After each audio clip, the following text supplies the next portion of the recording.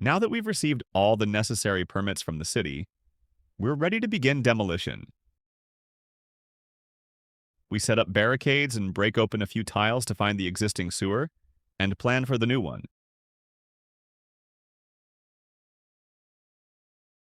Some contractors rush straight into demolition, but that can cause serious problems. You never know what's behind the wall or under the floor. It could be plumbing, electrical lines, or even a hidden floor sink. We carefully inspect and mark everything before bringing in the heavy machinery.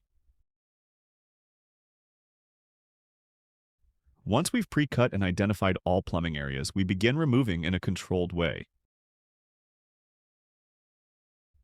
The result is a clean, well-organized job site, even though the building will be fully demolished next week.